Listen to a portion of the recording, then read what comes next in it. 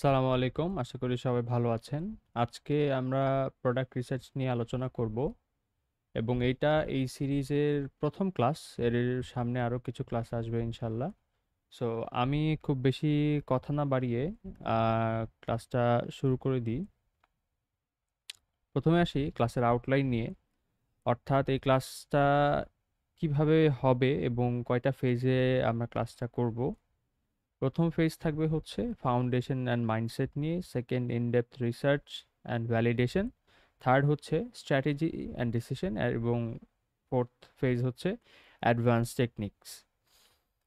এখন আসি mental model বলতে কি বোঝায়। হ্যাঁ, আপনাকে প্রথমেই মাথায় রাখতে হবে যে পৃথিবীতে কোনো প্রোডাক্টই একদম ফুললি পারফেক্ট না। আপনার জন্য কোনো প্রোডাক্ট পারফেক্ট হলেও হয়তো সবার জন্য না। এবং যখন আপনি প্রোডাক্ট রিসার্চ করবেন তখন ঘাবড়ানো যাবে না। এইখানে আপনাকে এমন প্রোডাক্ট খুঁজে বের করতে হবে যেটার হাই ডিমান্ড আছে মার্কেটে, কিন্তু কম্পিটিশন তেমন নেই। অর্থাৎ এমন একটা প্রোডাক্ট যেটা মানুষ চায়, কিন্তু সেই চাহিদা অনুযায়ী যোগান দেওয়া সম্ভব হচ্ছে না। ৩ নম্বর পয়েন্ট যেটা আপনাকে মাথায় রাখতে হবে, যে এই ভুলটা অনেকেই করে থাকে। সে যখন অ্যামাজনে বিজনেস করতে আসে তখন সে চিন্তা করে যে সে তার একটা প্রোডাক্ট ভাল লাগছে এবং সে সেইটা সেল করতে চায়। কিন্তু আপনার কোনো একটা প্রোডাক্ট ভালো লেগেছে মানেই যে অন্য কারো ভালো লাগবে বা মার্কেটে এটার ভালো ডিমান্ড আছে, এই কথাটা একদম ফুললি রং। আপনাকে বিশ্বাস করতে হবে হচ্ছে তথ্যের উপরে, এবং তথ্যের উপরে ভিত্তি করে প্রোডাক্ট রিসার্চ করতে হবে বা মার্কেটে প্রোডাক্ট লঞ্চ করতে হবে। কারণ দিন শেষে আপনার প্রফিট প্রয়োজন, তাই না? যেহেতু আপনি বিজনেস করবেন এখানে। ফোর্থ পয়েন্ট হচ্ছে, ওই যে ফোর্থ পয়েন্টটাও হচ্ছে থার্ড পয়েন্টের সাথে রিলেটেড। অর্থাৎ আপনার ফেভারিট বা আপনার পার্সোনালি পছন্দ এরকম জিনিস চুজ করা যাবে না, যেইটা মার্কেট ভ্যালু ভালো, মার্কেট ক্যাপ ভালো, মার্কেটে ডিমান্ড আছে কিন্তু কম্পিটিশন লো, এরকম প্রোডাক্ট আপনাকে সিলেক্ট করতে হবে। তারপরে আরও একটা বিষয়, যে সব সময় আপনার কাছে plan A B C D রাখতে হবে। আপনাকে অ্যাটলিস্ট 3 থেকে 5টা প্রোডাক্ট বা 3 থেকে 5টা পোটেনশিয়াল প্রোডাক্ট খুঁজে বের করতে হবে। যে কোনো একটা প্রোডাক্টের উপরে নির্ভরশীল হওয়া যাবে না, তাহলে আপনার কাছে ব্যাকআপ থাকবে না। আর প্রোডাক্ট রিসার্চ হচ্ছে খুবই স্লো প্রসেস। এই জায়গাটাতে খুব ভালো রকম একটা টাইম আপনাকে ইনভেস্ট করতে হবে। আমি যদি একটা আইডিয়া দিই, আপনি যদি একদম নতুন হন সেক্ষেত্রে কমপক্ষে 100 ঘন্টা প্রোডাক্ট রিসার্চের পেছনে দেবেন। একটা প্রোডাক্টের পেছনে 100 ঘন্টা।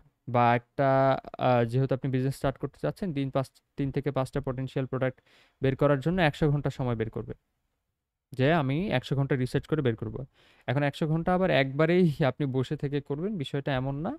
টাইম অনুযায়ী ভাগ করে নেবেন, আজকে 2 ঘন্টা 3 ঘন্টা এইভাবে। কিন্তু এটা থেকে আবার ব্রেক নেওয়া যাবে না। ধরেন আপনি প্রোডাক্ট রিসার্চ করতে করতে 2 দিন করছেন, করার পরে হচ্ছে একটা ফেজে এসে গেছেন, আসার পরে আপনি সেখান থেকে আবার স্কিপ করলেন, আবার 3-4 দিন গ্যাপ দিলেন, এরকম হবে না। এই গ্যাপ দেওয়ার কারণে আপনার মাথা থেকে অনেক কিছু চলে যাবে এবং অনেক ডেটা আপনি ভুলে যাবেন। আর ফোর্থ হচ্ছে যে যতক্ষণ পর্যন্ত আপনার প্রোডাক্ট ক্রাইটেরিয়া না ম্যাচ করছে ততক্ষণ পর্যন্ত আপনাকে রিসার্চটা চালাই যেতে হবে। এখন আসি যে রিসার্চ মডেল বা রিসার্চ মেথডটা কেমন হবে। রিসার্চ মেথড 3 ধরনের হয়। একটা হচ্ছে ম্যানুয়াল, অর্থাৎ সব কিছু আপনি ম্যানুয়ালি চেক করবেন। আপনি প্রোডাক্টের চাহিদা কেমন সেটা ম্যানুয়ালি দেখবেন। তারপরে হচ্ছে এটা মার্কেট ডিমান্ড কেমন, পাশাপাশি এইটার কোনো ইমপ্রুভমেন্টের জন্য স্কোপ আছে কিনা। তারপরে বিভিন্ন ধরনের তথ্য, যেমন হচ্ছে এটা কেমন পরিমাণ সার্চ হয়, এটার হচ্ছে আপনার প্রফিট মার্জিন কেমন, এগুলো সব আপনি ম্যানুয়ালি চেক করবেন। এইটা হচ্ছে ম্যানুয়াল মেথড। সেকেন্ড মেথড হচ্ছে কমপ্লিটলি অটোমেটেড, যেমন হিলিয়াম 10, জাঙ্গল স্কাউট, পাশাপাশি কিপা, এছাড়া আরও অনেক ধরনের টুল এখন বর্তমানে আছে। সেগুলোর উপরে আপনি সম্পূর্ণ নির্ভরশীল হয়ে যাবেন। যেমন হিলিয়াম 10-এর ক্ষেত্রে যদি আমি বলি, হিলিয়াম 10-এ গিয়ে আপনি একটা প্রোডাক্ট লিখে সার্চ করলেই তারা আপনাকে বিভিন্ন রকম ডেটা দিবে, যে এই প্রোডাক্টের মান্থলি সেল এরকম, এটার চাহিদা এরকম। কিন্তু কোনো ডেটাই সম্পূর্ণ সত্যি না বা সম্পূর্ণ সঠিক না, কারণ অ্যামাজন এই ডেটাটা কারোর সঙ্গে শেয়ার করে না। হিলিয়াম 10, জাঙ্গল স্কাউট, যত টুল আছে তারা একটা আইডিয়া করে আপনাকে বলে। তবে তবে সেই আইডিয়াটাও যে একদম কমপ্লিটলি রং এমন না, তারা জাস্ট হচ্ছে একদম কাছাকাছি যায়। ঠিক আছে, অ্যামাজনের ডেটার কাছাকাছি যায়। তবে বেস্ট ওয়ে হচ্ছে আপনি যখন প্রোডাক্ট রিসার্চ করবেন তখন ম্যানুয়াল এবং আপনি হচ্ছে অটোমেটেড বা টুলস ব্যবহার দুইটাই করবেন। ম্যানুয়াল করলে হবে কি, আপনার মাথায় অনেক অনেক ধরনের চিন্তা আসবে বা অনেক ধরনের থটস আপনি বুঝতে পারবেন। আপনি যখন অ্যামাজন ওপেন করে অনেক ধরনের প্রোডাক্ট রিসার্চ করবেন, তখন আপনি এক একটা প্রোডাক্ট দেখলে বুঝতে পারবেন যে আচ্ছা এটা তো এইভাবে ইমপ্রুভ করা যায়, বা এটা তো এইভাবে না করে এইভাবে করা যেত, বা এই প্রোডাক্টের সাইজটা যদি এইভাবে না হয়ে এটা ছোট হতো তাহলে আরও বেটার হতো। কিন্তু সেটা আপনি টুল থেকে কখনোই বের করতে পারবেন না। এছাড়াও আরও কিছু ক্রাইটেরিয়া আছে যা কখনোই টুল থেকে কালেক্ট করা সম্ভব না, বা এই সব ডেটা টুল থেকে পাওয়া সম্ভব না। এখানে আপনাকে নিজের বিচার বুদ্ধি ব্যবহার করতে হবে। আমি যদি বলি রুল অফ থাম হচ্ছে, প্রোডাক্ট রিসার্চের ক্ষেত্রে টুলের চেয়ে বেশি ইম্পর্টেন্ট হচ্ছে আপনার কমন সেন্স এবং আপনার ব্রেন ব্যবহার করা। আর কোনো টুলকেই একদম ব্লাইন্ডলি বা অন্ধের মতো বিশ্বাস না করা। ঠিক আছে, যখনই আপনি কোনো প্রোডাক্ট রিসার্চ করবেন অবশ্যই সেইটা ক্রস ভেরিফিকেশন করে নেবেন বা ক্রস ভেরিফাই করে নেবেন। অর্থাৎ টুলের ক্ষেত্রেও সেটা ডেটা ঠিক আছে এবং আপনার যা চাহিদা বা আপনি যেইভাবে বিজনেসটা করতে চাচ্ছেন সেটার সাথেও আসলে অ্যালাইন করে। ঠিক আছে, এবং প্রোডাক্টটা উইনিং প্রোডাক্ট বা প্রফিটেবল প্রোডাক্ট। ফোর্থ ফোর্থ পয়েন্টে আসি, উইনিং প্রোডাক্ট কিনা সেটা কিভাবে বুঝবেন।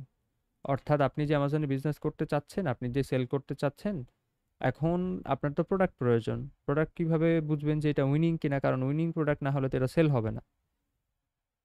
উইনিং প্রোডাক্ট বোঝার কিছু আপনার চেকলিস্ট বা ক্রাইটেরিয়া আছে, যেমন এখানে কিছু উল্লেখ করা আছে। প্রথমটা হচ্ছে আপনাকে লো কম্পিটিশন প্রোডাক্ট খুঁজতে হবে, অর্থাৎ যেখানে কম্পিটিশন কম এবং যেই নিশে 300-র কম রিভিউ আছে। 300, বা আপনি যদি 300 কভার করতে না পারেন সেক্ষেত্রে 400ও হইতে পারে, বাট চেষ্টা করবেন 300-র মধ্যে রাখার। সর্বোচ্চ চেষ্টা করবেন 300-র মধ্যে রাখার। 300-র চেয়ে কম রিভিউ আছে এরকম প্রোডাক্ট, এবং প্রোডাক্টটা যেন লাইট ওয়েট প্রোডাক্ট হয়, অর্থাৎ এটার ওজন যেন আহামরি খুব বেশি না হয়, 500 গ্রামের মধ্যেই যেন থাকে। তাহলে আপনার শিপিং কস্ট, অর্থাৎ আপনি যখন প্রোডাক্টটা শিপ করবেন বা শিপমেন্ট যখন করবেন তখন বা ডেলিভারির ক্ষেত্রে আপনার কম টাকা খরচ হবে। এই কারণে এখানে কম ওজনের প্রোডাক্ট নিতে বলা হয়েছে। এবং হাই প্রাইস পয়েন্ট, আর প্রাইস পয়েন্ট অর্থাৎ প্রোডাক্টের সেলিং প্রাইস, আপনি যখন প্রোডাক্টটা সেল করবেন সেটা যেন $20 বেশি হয়। হ্যাঁ, তবে এখানে একটা ক্যাচ আছে। ক্যাচ হচ্ছে, ধরেন আপনি একটা $12 প্রোডাক্ট সিলেক্ট করলেন এবং $12 প্রোডাক্ট সিলেক্ট করার পরে দেখলেন যে এখানে আপনার $8 বা $6 লাভ। সেক্ষেত্রে $20 প্রোডাক্ট না হলেও কোনো সমস্যা নাই, কারণ এখানে প্রফিট মার্জিন প্রায় অর্ধেকের বেশি।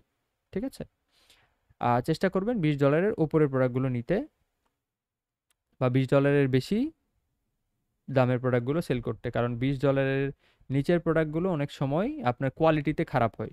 আপনি তো বিজনেস আর একদিনের জন্য করবেন না, সেক্ষেত্রে আপনাকে চিন্তা করতে হবে যেটা নিয়ে আমি লং রানে কন্টিনিউ করতে পারবো। আচ্ছা, এবং স্ট্রং পারফরমেন্স,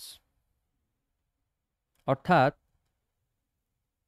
বিএসআর আপনার থাকতে হবে হচ্ছে 5 থেকে 10 হাজারের মধ্যে, বা 10 হাজারের মধ্যে বিএসআর থাকতে হবে। বিএসআর অর্থাৎ বেস্ট সেলার র্যাঙ্ক, অর্থাৎ অ্যামাজনে প্রথম আহ, সারির যে প্রোডাক্টগুলো যেগুলো সবচেয়ে বেশি সেল হয় তার মধ্যে 5 থেকে 10 হাজারের মধ্যে লিস্টে থাকতে হবে সেই প্রোডাক্টটাকে।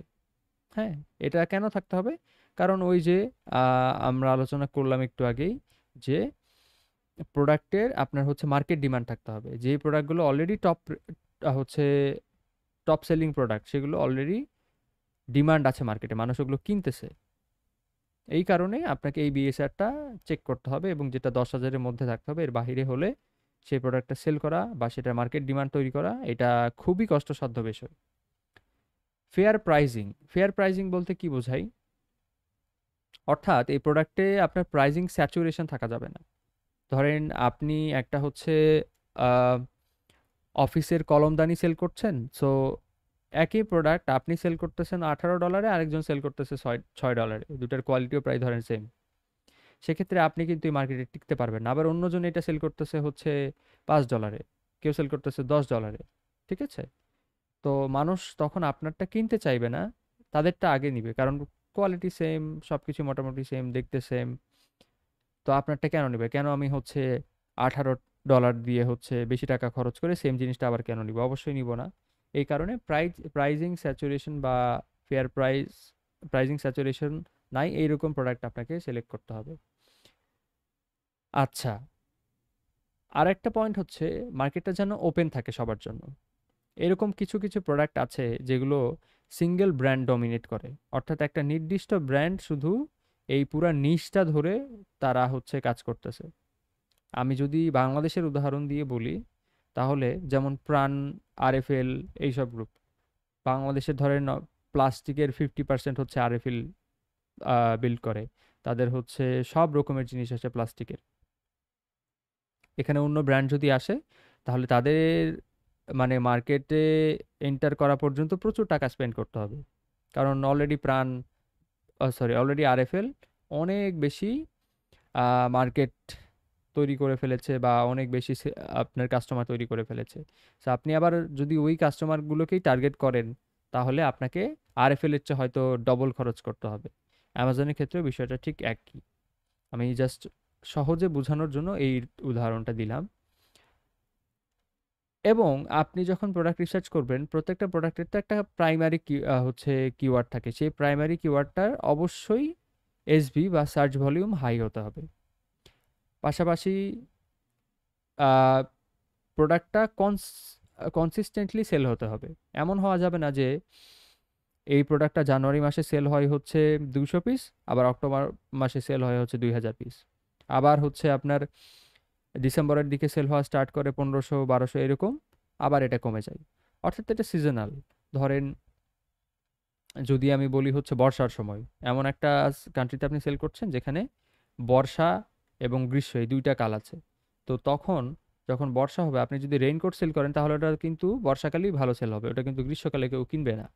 এইরকম প্রোডাক্ট হচ্ছে সিলেক্ট করা যাবে না, সিজনাল প্রোডাক্ট। আচ্ছা, এটা গেল। এবং গেটেড ক্যাটাগরির প্রোডাক্টগুলো হচ্ছে প্রথমত ইগনোর করার সাজেশন থাকবে আমার, কিন্তু এটা ম্যান্ডেটরি না। গেটেড ক্যাটাগরি কোনগুলো? যেগুলোতে ধরেন কেমিক্যাল ব্যবহার হয় বা যেগুলোতে আসলে অ্যামাজনের অ্যাপ্রুভাল লাগে, যেমন সাপ্লিমেন্ট রিলেটেড বা মেডিসিন রিলেটেড বা হচ্ছে আপনার মেকআপ, ক্রিম, এইসব ধরনের জিনিসগুলোতে প্রথমত আপনি এগুলো ইগনোর করবেন। পরবর্তীতে আপনি চাইলে এগুলো করতে পারেন, কোনো সমস্যা নাই, বাট অ্যাজ এ বিগিনার আমি এটা হচ্ছে সাজেশন। লাস্ট হচ্ছে চেষ্টা করবেন ইউরোপ মার্কেট বা ওয়েস্টার্ন মার্কেটগুলোতে সেল করতে, কারণ ওয়েস্টার্ন মার্কেটগুলোতে মানুষ অনেক দিন ধরে অভ্যস্ত ই কমার্সের সাথে। এশিয়া মার্কেট এর ক্ষেত্রে তারা কিন্তু এত বেশি অভ্যস্ত না, যেমন বাংলাদেশ, ইন্ডিয়া। হ্যাঁ, এখন মানুষ ব্যবহার করা শুরু করছে, কিন্তু এই ব্যবহারটা ওয়েস্টার্ন মার্কেটে সেই 10-15 বছর আগে থেকেই হচ্ছে। সো তাদের ক্ষেত্রে আপনি বেশি সেল পাওয়ার সম্ভাবনা বেশি এখানে। ওই ওয়েস্টার্ন মার্কেটে যেমন ই কমার্সের কাস্টমার বেশি, পাশাপাশি সেলারও বেশি, অপরচুনিটি বেশি, এবং সব ধরনের প্রোডাক্ট সেল করার মতো অবস্থা আছে। কিন্তু এই মার্কেটগুলোতে, আমাদের যে মার্কেট, এশিয়া মার্কেট বা অন্য যে মার্কেটগুলো আছে, মার্কেট প্লেসগুলো আছে, সেগুলোতে এই সিচুয়েশনটা এখনো তৈরি হয়নি। লাস্ট পয়েন্ট হচ্ছে যে প্রোডাক্ট রিসার্চ আপনি করবেন কিভাবে। প্রোডাক্ট রিসার্চ অনেকেই আসলে শেখায় এইখানে। ফার্স্ট অফ অল, স্পেশাল কোনো কিছু নাই, কিন্তু এখানে একটা জিনিস আছে, স্টেপ। অনেকে স্টেপটা মেনটেন করানোর জন্য প্রোডাক্ট রিসার্চ করতে পারে না, অর্থাৎ কোন স্টেপের পরে কোন স্টেপে যাবে এবং কোন স্টেপ ফুলফিল না হলে আবার আগের স্টেপে ফিরে ফিরে যেতে হবে, এই জিনিসটা অনেকে বুঝতে পারে না। তো প্রথমত আপনাকে ইনিশিয়াল স্ক্রিনিং করতে হবে। এমন একটা প্রোডাক্ট বা এমন একটা নিশ আপনাকে খুঁজে বের করতে হবে যেটা রিভিউ 300-র নিচে এবং বেস্টসেলার র্যাঙ্ক 10,000-এর নিচে। যদি আপনি ফার্স্টে ধরলেন, মনে করেন আপনি এরকম একটা প্রোডাক্ট পেয়ে গেছেন, এখন আপনাকে আহ, চিন্তা করতে হবে যে নেক্সটে গিয়ে আপনি কি করবেন। ধরেন একটা প্রোডাক্ট আপনি দেখলেন 300-র নিচে রিভিউ, ঠিক আছে? এখন আবার 10,000-এর নিচে বিএসআর বা বেস্ট সেলার র্যাঙ্ক। এখন আপনি দেখবেন যে প্রোডাক্টটার প্রাইস কত, দেখতেছেন যে প্রোডাক্টের প্রাইস $3। তো $3 থেকে অবশ্যই আপনি $5 বা $6 হচ্ছে প্রফিট করতে পারবেন না। $3-এর প্রোডাক্ট সেল করে যদি আপনি প্রফিট করতে চান ভালো পরিমাণে, তাহলে আপনাকে হিউজ অ্যামাউন্টে সেল করতে হবে। সো ওইটা বাদ। তো প্রথম দুইটা ক্রাইটেরিয়া ধরেন ম্যাচ করলো, এখন আপনাকে দেখতে হবে যে প্রোডাক্টের প্রাইস যেন 20 বা $20-এর উপরে হয়, এবং এটার ওয়েট যেন 500 গ্রামের কম হয়, যেন আমার ডেলিভারি বা শিপমেন্টের সময় খরচ কম হয়, কম প্রয়োজন হয়। আর আরও একটা জিনিস নিজেকে জিজ্ঞেস করবেন যখন প্রোডাক্ট রিসার্চ করবেন, যে এই প্রোডাক্ট রিসার্চটা প্রাইভেট লেভেলের জন্য ঠিক আছে কিনা। এখন প্রাইভেট লেভেলের জন্য ঠিক আছে কিনা বলতে কি বুঝাইলাম সেটা একটু এক্সপ্লেন করি। প্রাইভেট লেভেলের জন্য প্রোডাক্টটা ঠিক আছে কিনা বলতে বোঝায়, ধরেন আপনি একটা ল্যাম্প দেখলেন, সো ল্যাম্পে আপনি চাচ্ছেন যে এই ল্যাম্পটা আপনি সেল করবেন, বাকি সব ক্রাইটেরিয়া মিলে গেছে, কিন্তু এটা প্রাইভেট লেভেল আপনি করতে চাচ্ছেন। তো প্রাইভেট লেভেলের ক্ষেত্রে ল্যাম্পের আপনি ইমপ্রুভমেন্ট সামনে আনতে পারবেন কিনা, ল্যাম্পের হচ্ছে কিছু যদি ত্রুটি থাকে সেটা ফুলফিল করতে পারবেন কিনা, সেই রকম রিসোর্স এবং ক্যাপাবিলিটি আপনার মধ্যে আছে কিনা, আর সেগুলো ম্যানেজ করতে পারবেন কিনা, এইটা আপনার নিজেকে জিজ্ঞেস করতে হবে। আমি উদাহরণ দিয়ে বলি, 2000 আপনার 13-14 সালে বা 15 সালে আমরা ইয়ারফোন ইউজ করতাম, ঠিক আছে? যেমন আমি একটা কানে ইয়ারফোন পরে আছি। সো আমরা ইয়ারফোন ব্যবহার করতাম। এই ইয়ারফোনগুলো হতো কি, আহ, এই ইয়ারফোনগুলো চিকন তার এবং কমফোর্টেবল না। এই যে এখন ইয়ারফোনে অনেক সফট একটা টিপ থাকে, কিন্তু 2014-15 সালের দিকে এই টিপগুলো থাকতো না। হ্যাঁ, তো তখন যারা ইয়ারফোন তৈরি করতো সেগুলো কিন্তু ব্র্যান্ড ছিল, প্রাইভেট লেভেল বলতে ব্র্যান্ড বোঝাই অ্যামাজনে।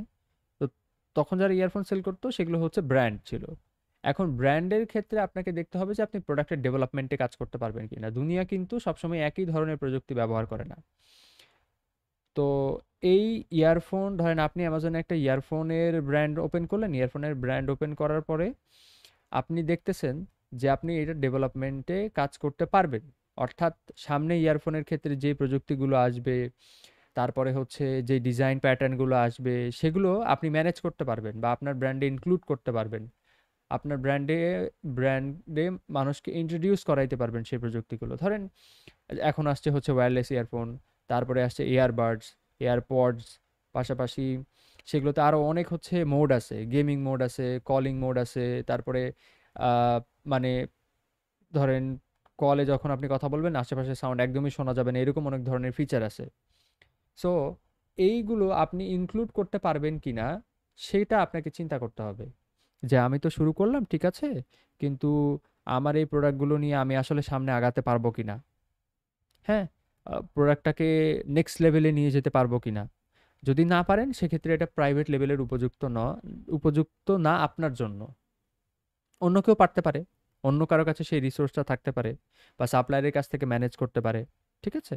উম, তো প্রাইভেট লেভেলের ক্ষেত্রে আপনাকে মাথায় রাখতে হবে যে আমি এটার ইমপ্রুভমেন্ট নিয়ে কাজ করতে পারবো কিনা ফিউচারে, তাহলেই আপনি একটা ব্র্যান্ড হবেন। এইটা গেল।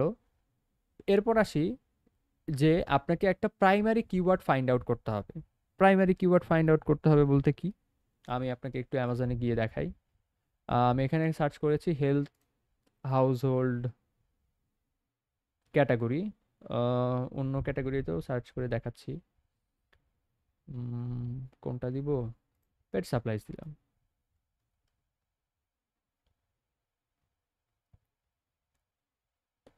পেট সাপ্লাইজে যদি আমরা আসি,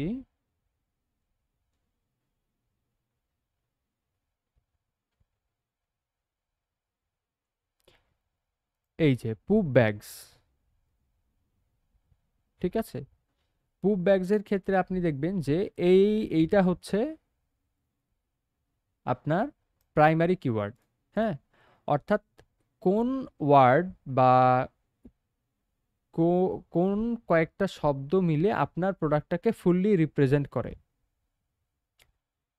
এইটাকে বলা হয় প্রাইমারি কিওয়ার্ড। এখন আপনি পুপ ব্যাগ লিখে যদি সার্চ করেন তাহলে এই সেম জিনিসটাই আসবে, দেখেন প্রত্যেকবার এই একই জিনিসই আসবে।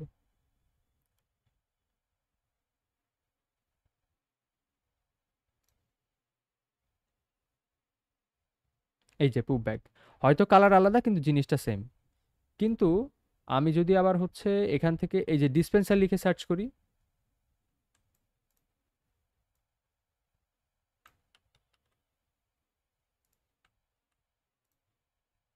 তাহলে হয়তো আসবে না।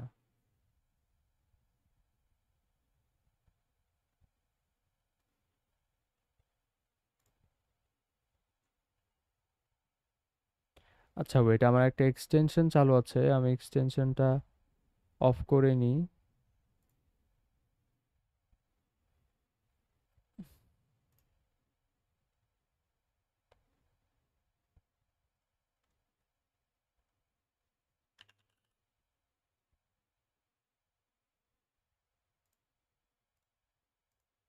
ওকে, ডান। তো এই যে ডিসপেন্সার বললে কিন্তু আবার অন্য জিনিস আসতেছে, আমরা চাচ্ছি পুপ ব্যাগ, ঠিক আছে?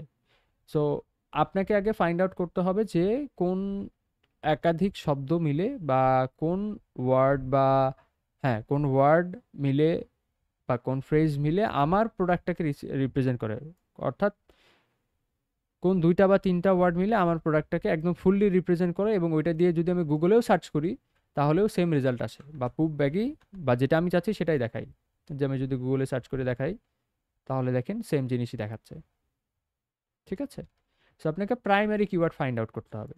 প্রাইমারি কিওয়ার্ড ফাইন্ড আউট করার পরে সেই প্রাইমারি কিওয়ার্ড ব্যবহার করে হচ্ছে ওই স্পেসিফিক নিশটাকে রিসার্চ করতে হবে। যেমন পুপ ব্যাগের ক্ষেত্রে তো আমি বললামই, এই প্রাইমারি কিওয়ার্ড এটা আমরা পেয়ে গেছি। প্রাইমারি কিওয়ার্ড দিয়ে আমরা এখন হচ্ছে সার্চ করলাম। সার্চ করার পরে আমরা এইটা নিয়ে এখন হচ্ছে রিসার্চ করব। এই জিনিসগুলো নিয়ে আমরা এখন দেখব যে কিভাবে বা এখানে আমাদের জন্য কোনো অপরচুনিটি আছে কিনা। ফিফথ স্টেজ হচ্ছে কম্পিটিটর অ্যানালিসিস, অর্থাৎ আপনাকে দেখতে হবে যে আপনার প্রোডাক্টে আপনি যেই হচ্ছে নিশটা বের করেছেন প্রাইমারি কিওয়ার্ডে, সেই নিশে প্রথম 20 থেকে 30 জন 30 জনের মধ্যে কে কে বা কার কার 400-র নিচে রিভিউ আছে, 400-এর নিচে রিভিউ কার কার আছে, এটা আপনাকে দেখতে হবে। এবং আপনাকে চেক করতে হবে যে এটা বিএসআর 10,000-এর নিচে কিনা। যদি হয় তাহলে আপনি সামনে আগাতে পারবেন। বিএসআর 10,000 অর্থাৎ বেস্ট সেলার র্যাঙ্ক হতে হবে 10,000-এর নিচে। তারপরে আপনার এইটার রিভিউ হতে হবে 400-র নিচে, ঠিক আছে? তো আমি দেখি এখানে কয়েকটা উদাহরণ হিসেবে আমরা যদি চেক করি ফার্স্টে,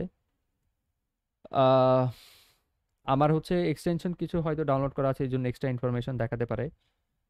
আপনাদের ক্ষেত্রেও মোটামুটি সেমই আসবে। আচ্ছা এখানে লেখা আছে প্রায় 2.5 লাখের মতো রিভিউ তার।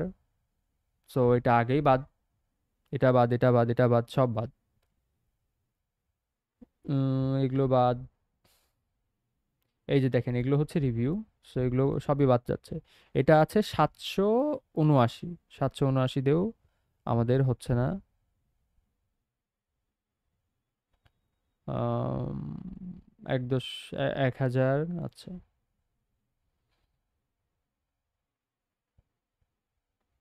সেকেন্ড পেজে যদি আমরা যাই,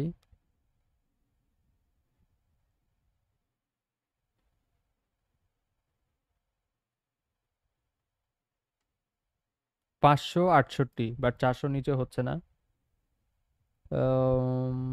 472, ঠিক আছে? ধরে নিলাম আমি এটা কনসিডার করলাম, হ্যাঁ, এটা কনসিডার করা যেতে পারে। 20টার বেশি হচ্ছে, প্রাইসও হচ্ছে $20-এর উপরে। কিন্তু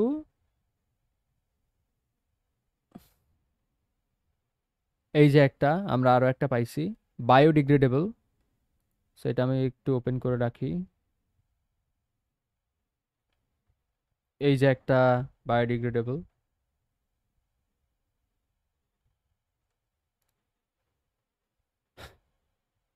সো দেখেন এইখানে আমরা দুইটা প্রোডাক্ট পেলাম, কিন্তু দুইটা প্রোডাক্টের ক্ষেত্রে দেখা গেল যে নর্মালি যে পুপ ব্যাগগুলো থাকে সেই ব্যাগ বাদ দিয়ে আমরা এমন একটা হচ্ছে প্রোডাক্টের আইডিয়া পেলাম যেটা বায়োডিগ্রেডেবল, অর্থাৎ এটা ফেলে দিলে মাটির সাথে মিশে যায় আর হচ্ছে এটা মাটির জন্য উপকারী।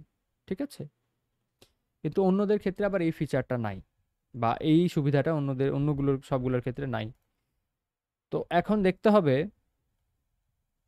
যে এই বাকি ক্রাইটেরিয়াগুলো আমাদের ম্যাচ করে কিনা। প্রাইস হচ্ছে $520 উপরে, ঠিক আছে। বিএসআর কত, বিএসআর কত এটা দেখতে হবে। যদিও বিএসআর এখানে দেখা যাবে না এক্সটেনশন ছাড়া, মোস্ট প্রবাবলি এটা প্রাইভেট লেভেল করতেছে সে।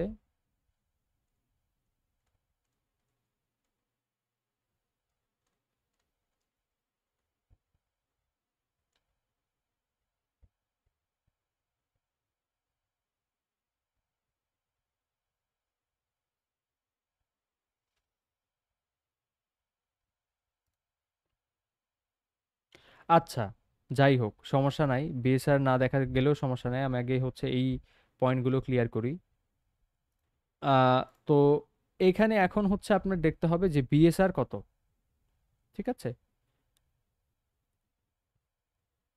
এবং সবার বিএসআর যদি ধরেন যে আপনি 2-3টা পেজ চেক করলেন, 20-30টা হচ্ছে আপনি আপনার প্রাইমারি কিওয়ার্ড অনুযায়ী 20-30টা প্রোডাক্ট আপনি দেখলেন, দেখার পর দেখলেন যে 70-80%-এর বিএসআর হচ্ছে 10,000-এর নিচে, যদি এটা হয় তাহলে আপনি সামনে আগান, আর যদি না হয় তাহলে সামনে আগানোর দরকার নাই, আবার হচ্ছে আপনাকে অন্য নিশে হয়তো যেতে হবে, এই নিশটা তখন ক্যান্সেল। এখন ধরেন এইটাও মিললো, মিলার পরে এখন আপনাকে দেখতে হবে যে আমার এখানে কোনো ব্র্যান্ড ডমিনেট করতেছে কিনা। ঠিক আছে? অর্থাৎ কোনো ব্র্যান্ড আমার এখানে, ধরেন এরকম হতে পারে যে এখানে একটা ব্র্যান্ড আছে যে প্রায় সব রকম সার্ভিসই দিচ্ছে। যেমন আমি এই ব্র্যান্ডটা যদি দেখি, really.store, তারা কি কি সেল করে একটু আমি দেখি।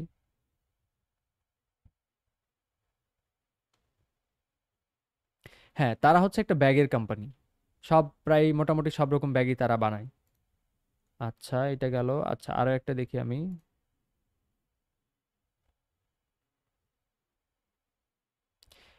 তারাও ব্যাগের কোম্পানি, বাট তারা শুধু ক্যাটস অ্যান্ড ডগস এর জন্য ব্যাগ, পাশাপাশি আরো কিছু জিনিস বানায়। ঠিক আছে? সো এটা গেল, এটা আপনি চেক করবেন। চেক করার পরে দেখবেন ব্র্যান্ড ডমিনেশন আছে কিনা, যদি ব্র্যান্ড ডমিনেশন থাকে তাহলে ওইটা বাদ। তারপরে দেখবেন হচ্ছে যে আপনার সার্চ ভলিউম কত। সার্চ ভলিউম কিভাবে দেখে এটাও আমরা শিখবো। সার্চ ভলিউম হচ্ছে দেখার জন্য একটা টুল ব্যবহার করতে হয়, আমি এটা হিলিয়াম 10 দিয়ে দেখাবো, আমি হিলিয়াম 10 আমার কাছে বেস্ট মনে হয়। এটা নেক্সট ক্লাসের জন্য রাখছি। তারপরে আপনার আসে সিজনালিটি চেক। হুম, সিজনালিটি চেক বলতে ডেবল ব্ল্যাক ডগ,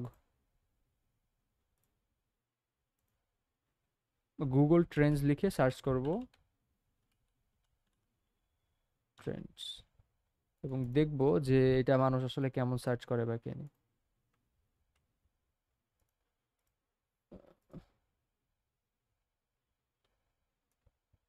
আচ্ছা, ডগ পুপ ব্যাগ লিখে শুধু আগে সার্চ করি।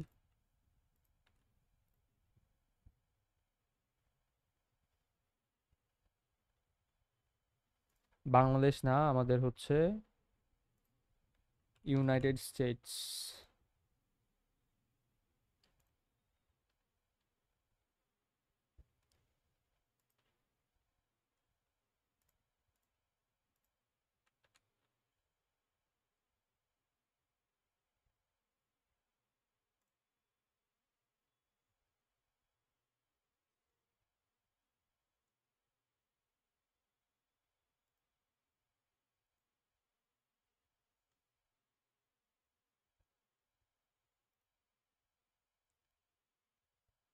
হ্যাঁ, আসছে। তো এইটা দেখেন এখন, পাস 12 মান্থ না, আমি পাস কতদিন দিব, 5 ইয়ার্স, 5 ইয়ার্স দিয়ে দেখি যে কেমন আসে। এটা দেখেন, এটা কিন্তু একটা হচ্ছে স্যাচুরেট, এটা হচ্ছে একটা সিজনাল প্রোডাক্ট না। হ্যাঁ, যারা যারা কুকুর পালে তাদের হচ্ছে এটা সারা বছরই লাগে, সো এটা মোটামুটি সেল প্রায় প্রতি মাসে একই রকমই আছে। এই যে দেখেন প্রতি মাসে 46, 48, 53, 50, 60, 54, 41 এইরকম। সো এটা দিয়ে বুঝাচ্ছি আমরা যে এটার চাহিদা কেমন। এখন আমি আপনাকে একটা সিজনাল জিনিস দেখাই। সিজনাল জিনিস বলতে রেইনকোট। ওয়েট, আমি আপনাকে রেইনকোট দেখাই। রেইনকোট,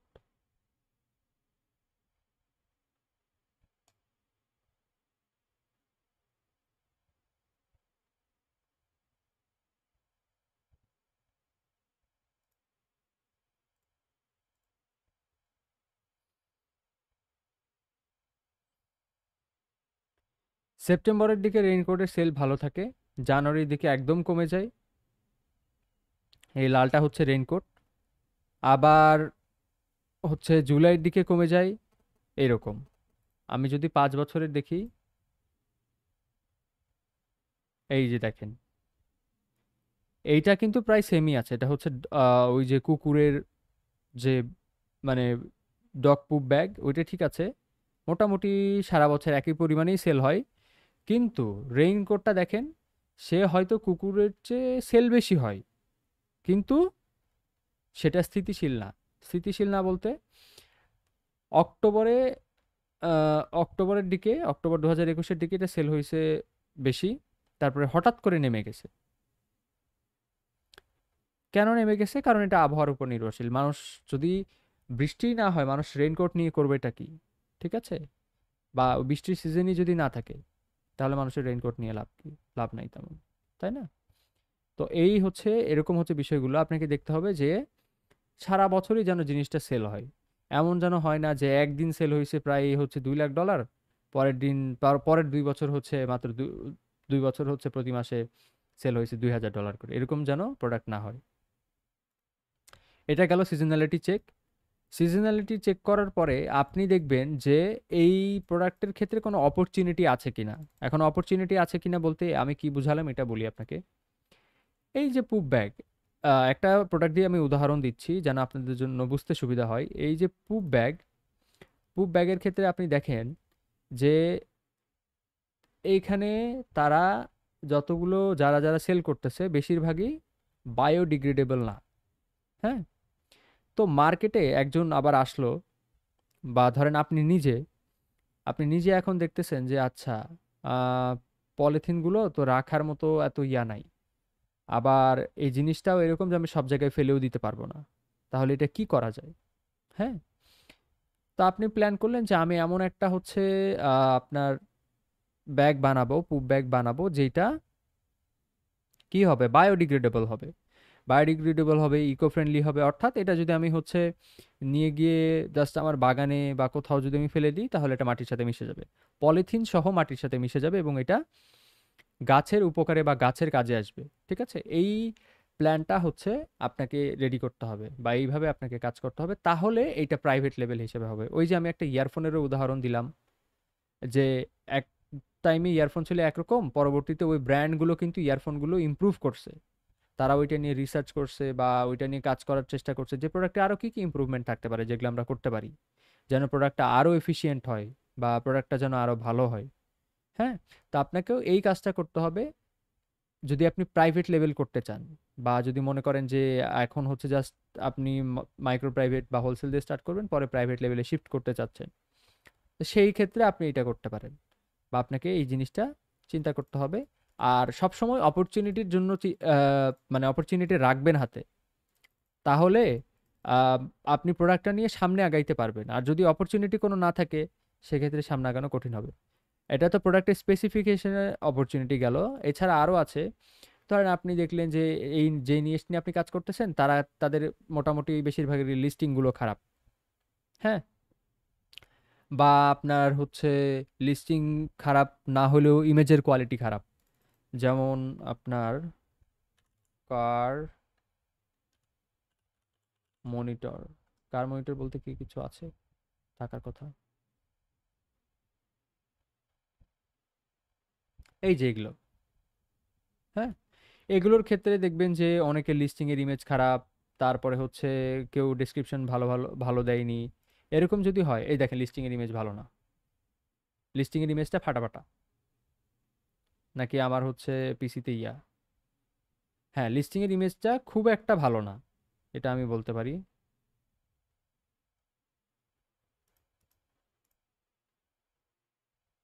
এই যে দেখেন এই গ্রাফিক্সটা কিন্তু আরো ইমপ্রুভ করা যাবে, এগুলো আরো ইমপ্রুভ করা যাবে, এইটা আরো ইমপ্রুভ করা যাবে, ঠিক আছে। পাশাপাশি তারা যে বুলেট পয়েন্টগুলো লিখছে, হ্যাঁ, এই যে যেই হচ্ছে ডেসক্রিপশনটা লিখছে, সেগুলোতেও যদি আপনি মনে করেন না এটাতে তো আরো আমি ইমপ্রুভ করতে পারবো, বা আমার মনে হচ্ছে যে এটা এইভাবে না লিখে এইভাবে লিখলে আরো বেটার হবে, সেক্ষেত্রে আপনি সেগুলোকেও নিজের অপরচুনিটি হিসেবে ধরতে পারেন যে অন্য একজনের এই জায়গাটাই দুর্বলতা আছে, তাহলে আমি ওই জায়গাটা ফুলফিল করে মার্কেটে আরো বেটার পজিশন ধরে রাখবো।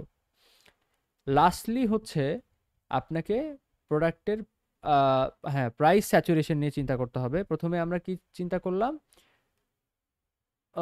এখানে কত নম্বর পয়েন্ট, এটার জন্য আমি আলোচনা করলাম।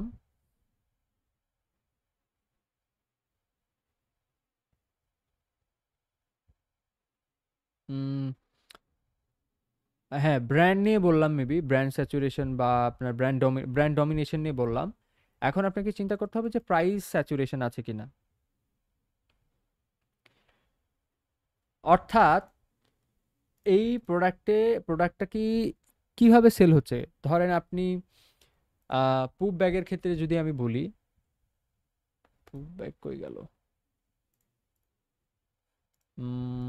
কোথায় রাখলাম, আচ্ছা সার্চই করি।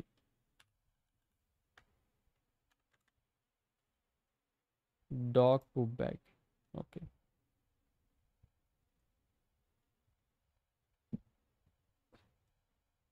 এই যে দেখেন এখানে প্রাইস স্যাচুরেশন দেখেন, $8, $13, $16, $23, $16, $8, $17। পাশাপাশি আমরা একটা দেখলাম, ওটা মেবি ছিল আপনার $46 মেবি ছিল। এই যে হচ্ছে $4, হ্যাঁ। এই প্রোডাক্ট আপনি কি সেল করবেন, এর দামই হচ্ছে $4। $4 যদি আপনি সেল করতে চান, তাহলে এটা আপনাকে কয়েক সেন্টে কিনতে হবে, মানে কয়েক পয়সায় কিনেও হয়তো আপনি প্রফিট করতে পারবেন না, সো এটা বাদ, ঠিক আছে। আবার আপনি যদি প্রাইস বেশি রাখেন, তাহলে আবার মানুষ পারচেস করতে চাইবে না, কারণ মার্কেটে আরো অনেক অ্যাভেলেবেল প্রাইস আছে, অনেক দামে, অনেক ভ্যারাইটি, মানে ভ্যারাইটি অনেক বেশি, প্রাইজেরই অনেক বেশি ভ্যারাইটি।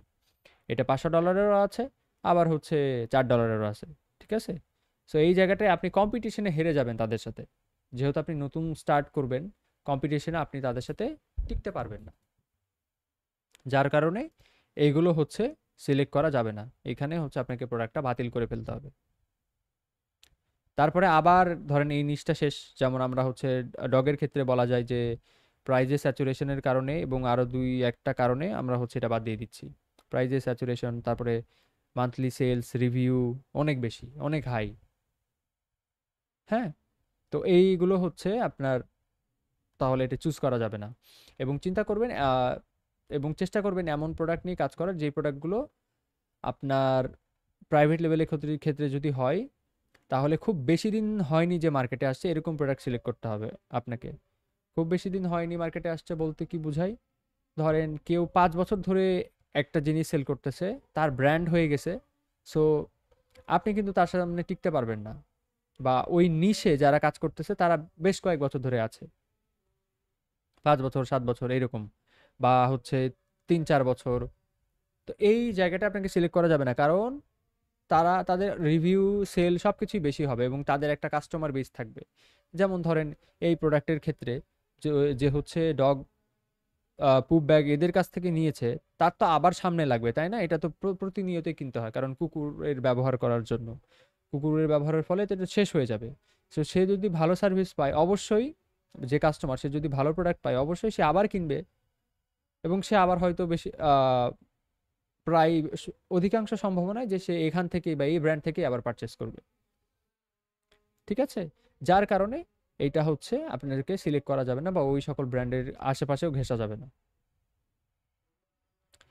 তো এই ছিল মোটামুটি, আমি হচ্ছে আপনাদেরকে একটা ফ্রেমওয়ার্ক বললাম, প্রোডাক্ট হচ্ছে মেন্টাল মডেল থেকে শুরু করে রিসার্চ মেথড, উইনিং প্রোডাক্টের চেকলিস্টগুলো কী কী হতে পারে, এবং প্রোডাক্ট আপনি কিভাবে রিসার্চ করবেন, এই সব টপিকগুলো আমি কভার করেছি আজকে। আর একটা জিনিস বাদ গেছে, সেটা হচ্ছে আমি এটা মার্ক করে রাখছি আজকেই, এটা নেক্সট ক্লাসে আমরা আলোচনা করব, সেটা হচ্ছে সার্চ ভলিউম চেক করা। সার্চ ভলিউমের পাশাপাশি আর তেমন কিছু চেক করার নাই, এবং আরও দু একটা জিনিস আমরা টুলসের ব্যবহার দেখব, যেমন যেন টুল এবং আপনি আপনার নিজের সিদ্ধান্ত নিয়ে